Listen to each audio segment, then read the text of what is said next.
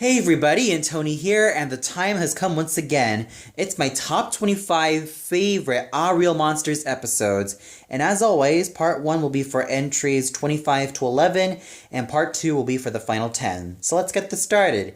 At number 25, we have Hooked on Phobics, in which we first see Ickis trying to scare off a human victim, but unfortunately he ends up injuring himself and makes a total clown out of himself, which embarrasses him and has made him the laughingstock of the entire school.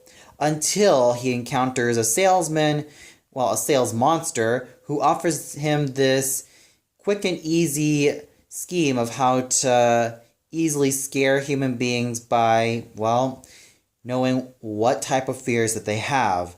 Like, for example, you have a woman who is so obsessed with cleanliness that she is so easily scared of germs. And, you have someone who's obsessed with, a lot of other things, or is just totally paranoid, but then you have to just show his weakness. And that's pretty much what this kit does. And at first, it seems to work well, until that one fateful day, there is a man on a flying trapeze that is coming to tour in a circus. So, Ickis tries other methods, but he ends up failing.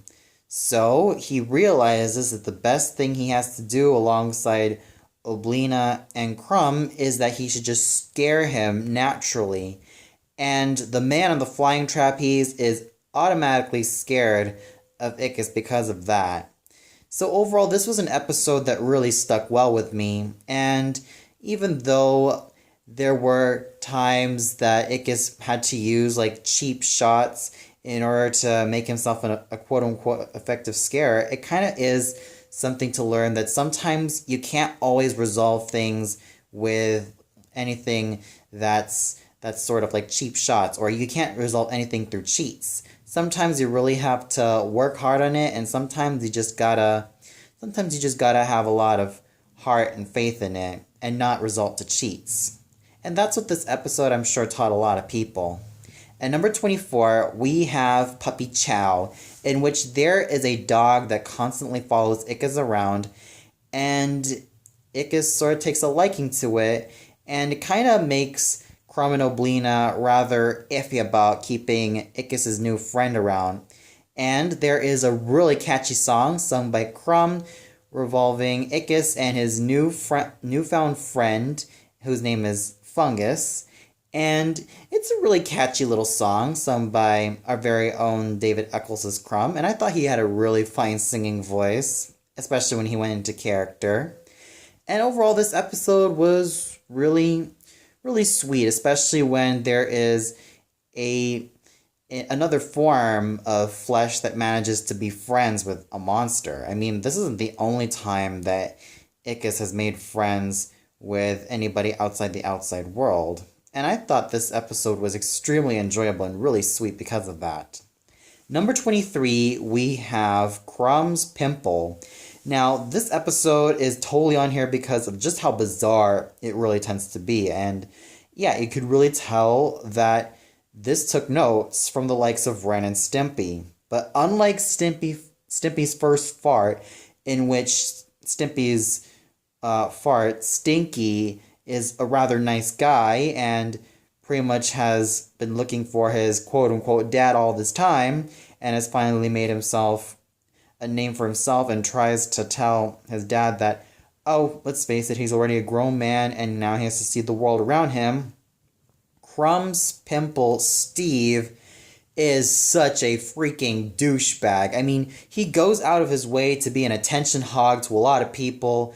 And at first, Krumm just seems okay with his pimple because, it makes him feel like the talk of the town, until the pimple ends up being totally incarnate and has a voice, has eyes, and has an attitude as well.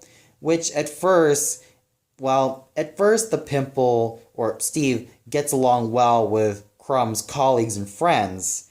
But unfortunately, Steve basically steals all that attention and makes Krumm feel like the bad guy, or even seem like the bad guy, and doesn't even want to involve himself with anybody else, all because of Steve.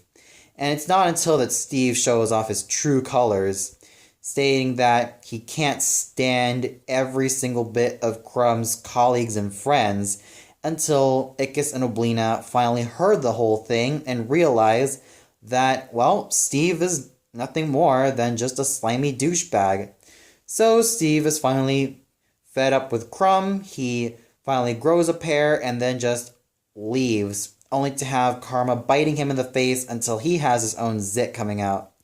So overall, this episode is really surreal and just something that makes me kind of remind me of Stimpy's fart. But with this incarnation, Steve is just one of the biggest douchebags, well, one-time douchebags to ever grace the screen. I guess that's kind of why I like this episode. It kind of deconstructs the whole body function that can end up being animate, and then just have someone like Steve just ruin the whole thing for Krumm. At number 22, we have I Heard the Snorch Call My Name, in which we have a very sweet episode with Oblina and the Snorch, well, getting to know each other, because the Snorch, he's well known for, well, mostly speaking in gibberish, and it's up to a doctor to come in the mix of all this and then, well, really make Snorch talk. And what do you know? Wonder of wonders, Snorch is able to be eloquent, and even Oblina takes a liking to him. And I thought this episode was really sweet as, well, the thing about the Snorch is that he's a very interesting character on his own. And even with the voice box, we do get to see that he's always wanted to be the eloquent gentleman that he always wanted to be. And, well, that's pretty much why I definitely enjoyed this episode and why it really sticks well with me. At number 21, we have Oblina and the Three Humans, in which we have the Grumble's nephew, Trumbull, come over, and he is constantly crying for whatever reason, and even if Krumm and Ickis try to make Trumbull laugh, it's not even effective. So Oblina tries to tell him a story that is a parody of the Three Billy Goats Gruff.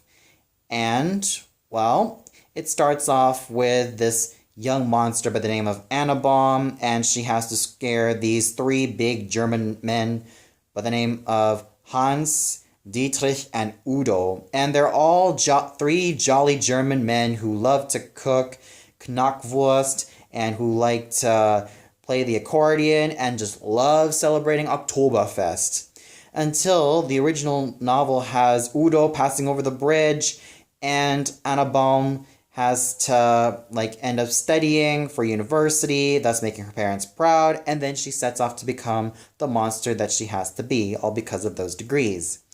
And even Oblina is rather dumbfounded by this, which causes Trumbull to cry again, and Oblina has a better idea. Why not have Aaaahh come out of the bridge and scare off all those fine German men, and, well, have Aaaahh decide that the best thing that she's going to do with her life is just travel around the world. And sure, she did fabricate the rest of the story, and thus makes the Trumbull very happy. The Grumble hears from this, and decides that, well, he's very thankful, and he decides that the best thing is that he might as well tell his own stories to the Trumbull. Unfortunately, the Trumbull doesn't really take well to the Grumble's stories, and he starts crying again. So overall, this episode was a really fun parody of the Three Billy Goats Gruff. Just replace goats with three jolly German men, and just replace the troll with a lovely monster known as Aaaahh, who is almost like Oblina in likeness. And then number 20, we have Curse of Katana, in which we have a professor and a couple of workers trying to land the mummy down the museum, and the professor really tells that the thing about this mummy is that he is very special to him because Katana was a ruler in the past, and he was very much well-loved and even well-feared by a lot of people. Thus, he really feels that this is such a memorable icon that he wants to keep in the museum for good. Until that one fateful night when all our three main heroes come in and decide to put Crumb's eyes on the mummy, and they think it might end up breathing. But unfortunately, Crumb's eyes sort of has a funny effect, especially when placed on something else, as in he gets, well, affected as well. This alarms the professor, especially when he sees that the mummy now has eyes, and he wants to start a headline about it.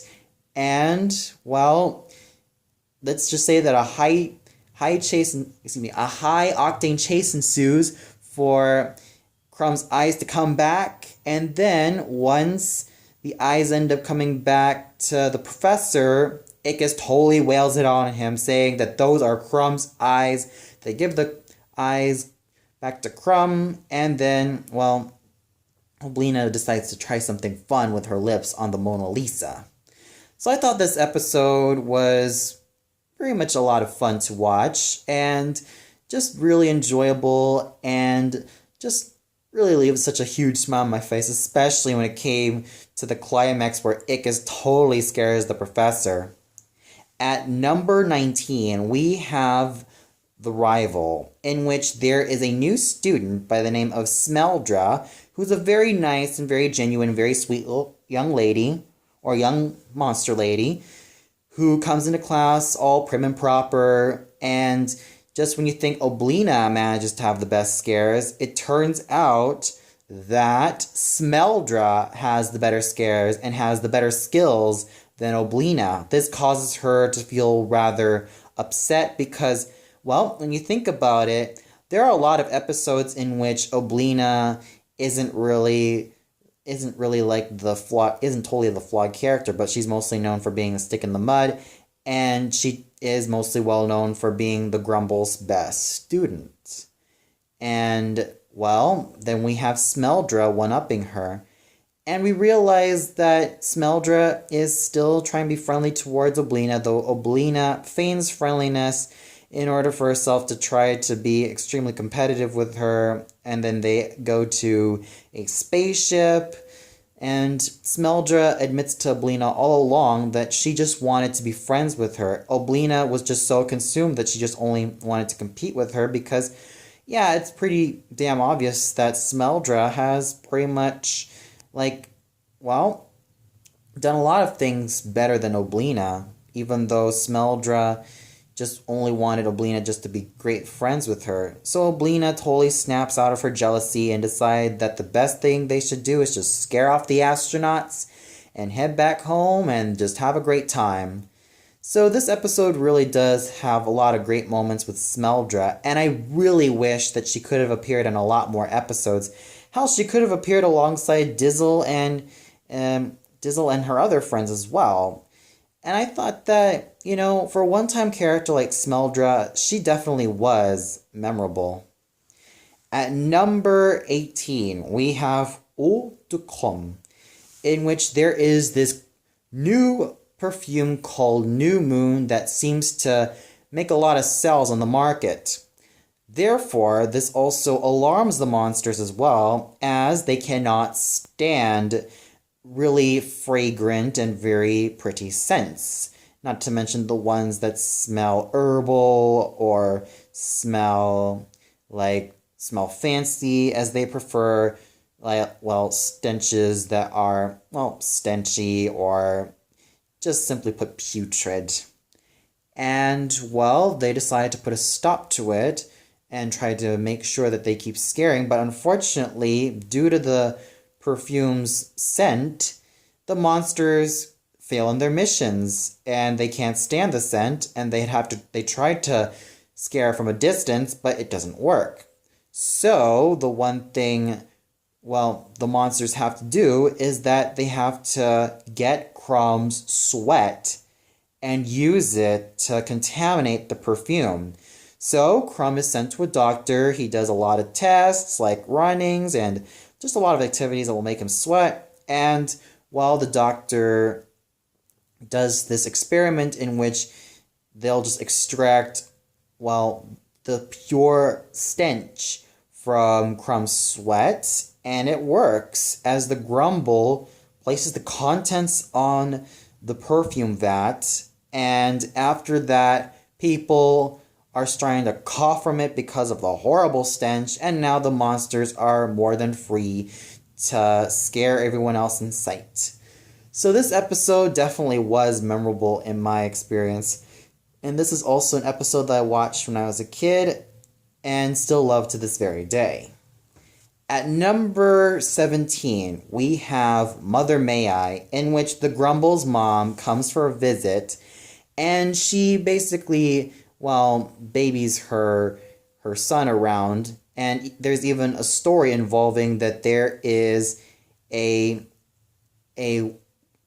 wild beast called the Wildeyak that end up being on the loose. Therefore, it's up to a couple of zookeepers to capture this rare being, only to capture the Grumble's mom. Ickis, Oblina, and Krumm are sort of in trouble until they have to really have to join together to rescue the Grumble's mom, and all ends happily with the Grumble's mom realizing that the Grumble is no longer a little boy anymore, and that he can take care of himself. And then you have the zookeepers pretending that they're the rare Wildeyak, only to have the real Wildeyak, walk through Mongolia. So this episode was really sweet, mostly because I really did enjoy Andrea Martin's voice as the Mama Grumble. She really does give a lot of spunk and a lot of sass to this character, which really makes her totally awesome.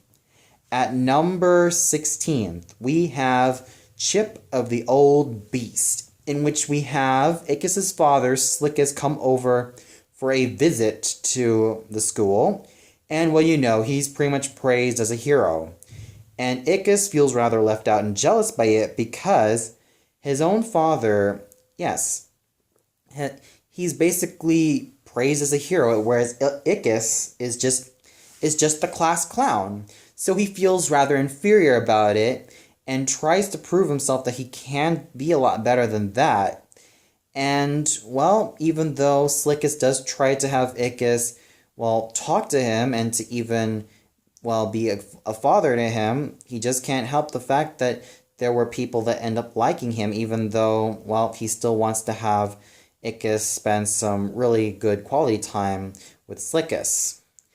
And then the episode proceeds to show that once upon a time, Slickus was quite a pretty pathetic scare, just like Ickis was in the past. And even Ickis starts to learn something about his dad, that Ickis sort of gains a better respect for him, and even realizes that everyone has to start off somewhere. And with Slickus, it was definitely trying to scare, many other people through that, and even failing at first, but then look at him now. He ends up being a hero to the school. At number 15th, we have A Lucky Monster, in which we first see Oblina almost running late for class, until we find out that, okay, she at least managed to be on time, and she has a new scare. And when she presented her new scare, the machine breaks down, and she doesn't really understand what on earth is going on, even after she stepped on a slug, which, according to the Monsters universe, stepping on a slug automatically means that you have bad luck. So Oblina doesn't believe it at first, until a lot of strange things happen to her. So it's up to Ickis and Krumm to help Oblina through this crisis by giving her a lot of lucky charms and a lot of other items just to ward off all of her bad luck, until that one evening of fireworks. Oblina finally gets her fish head and realizes, okay, maybe charms may not always be useful after all, and she sees a couple of gentlemen, and she at first lights up the fireworks, and then she scares them with a kaboom, leaving the gentleman to run away, and, having the fireworks explode before everyone's very eyes, thus making Oblina once again, one of the greatest scares in the school, and thus her bad luck is gone after this episode. At number 14th, we have Monster Hunter, which is the debut episode of Simon the Monster Hunter, who is a very well-known character and probably a fan favorite, mostly because he was also the precursor to one Denzel Crocker from Fairly Odd Parents. Seriously, the similarities between Simon the Monster Hunter and Denzel Crocker are so there. The constant obsession of trying to prove to the world that there are supernatural beings existing. What with Simon the Monster Hunter stating that there are monsters in the world, and with Denzel Crocker stating that there are fairy godparents in this world, or even fairies in general, and, well, their constant search and their constant failures to try to, well, show the world that there are supernatural beings everywhere they go. And it starts off rather simply with Simon showing off his thesis to the Board of Education, and therefore hoping that his grant will be settled. Unfortunately, the Board of Education laugh at him and realize that his whole thing is just a bunch of bollocks, and this leads to Simon the Monster Hunter trying to prove them that he can do it. And he dresses himself up in a lot of weird attire, and especially when Oblina and Eau de Krumm and the Grumble notice that there is a monster hunter coming on their foot, do they notice that they have to put up some measures. And, well, just when Simon the Monster Hunter gets the evidence that there are monsters in this earth, he gets dumped on from a crane, and, well, he tries to find the photo for evidence, but he fails at it, and it reveals that Grumble was the one who ended up dumping all of that garbage on Simon the Monster Hunter, therefore never finding the evidence that monsters exist. At number 13, we have The War's Over, in which we see Ickis, Krumm, and Oblina venture into this old mansion, which is pretty much a ghost house, until it was bought by a young couple, and then their mission is to give off one of the biggest scares that they can ever have. Only then do they realize that there are a lot of strange happenings in this house, and they think it was a ghost, only to find out that it was an older adult male monster by the name of Porg, who is causing all of these weird happenings to go on throughout the mansion.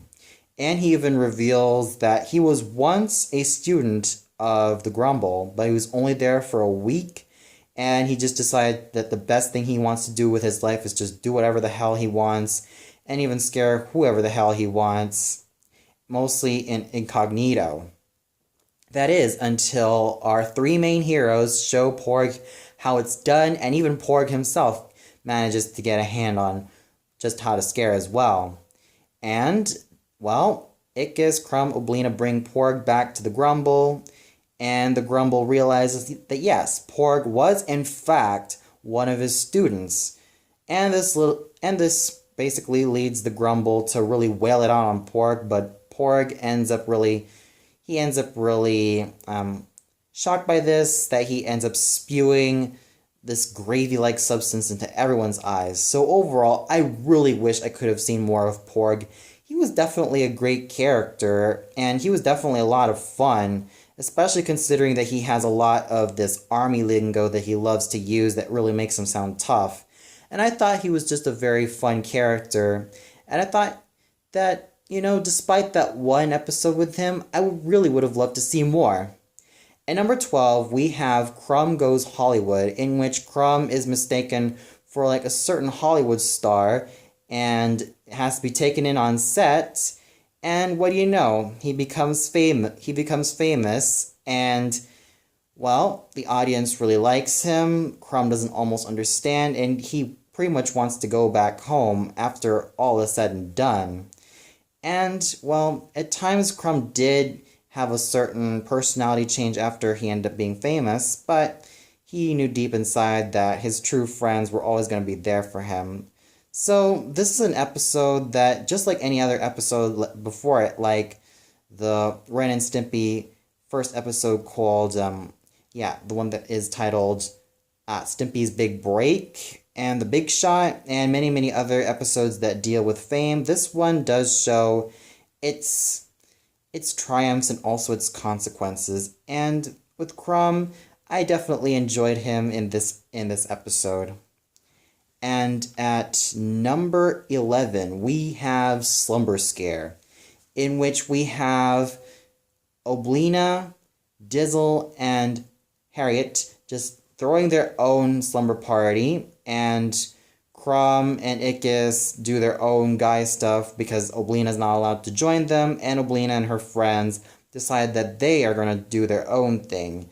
They are going to do their own scaring activities, and there is one scene in which there are 3 human girls that almost look like Oblina, Dizzle, and Harriet, and they look really uncannily similar.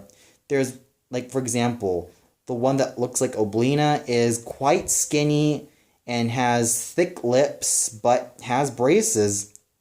Pretty much a reference that one time Oblina did wear braces, and, well, that's what I definitely enjoyed about this episode, and this was pretty much one of the highlights. And then the guys try to also do their set of scares as well, only to have them bump to the girls consistently. And until that one fateful night where they visit a mechanical museum in like a theme park, they decide to try to scare any of the statues, but, well, they're totally unfazed, and even with Krumm's stench, it just only ends up rotting Little Red Riding Hood's flowers and not the Little Red Riding Hood model. And this leads to a madcap chase of a lot of shenanigans going on, and with Krumm, Oblina, and Ickis reconciling, and, well, even though the episode ended sporadically, I thought it was just really well done. I thought it was really enjoyable. I thought it was totally fun seeing that there were also human counterparts, or even young human counterparts of Oblina and her friends, and I definitely enjoyed this episode. It was just still a lot of fun to this very day, and one that I still look back with fondness, and, well, I've recently rewatched it, and it still holds up pretty well. Well, that's all for part 1. Be sure to tune into part 2 as I talk about the final 10. So until then, see you later, everybody.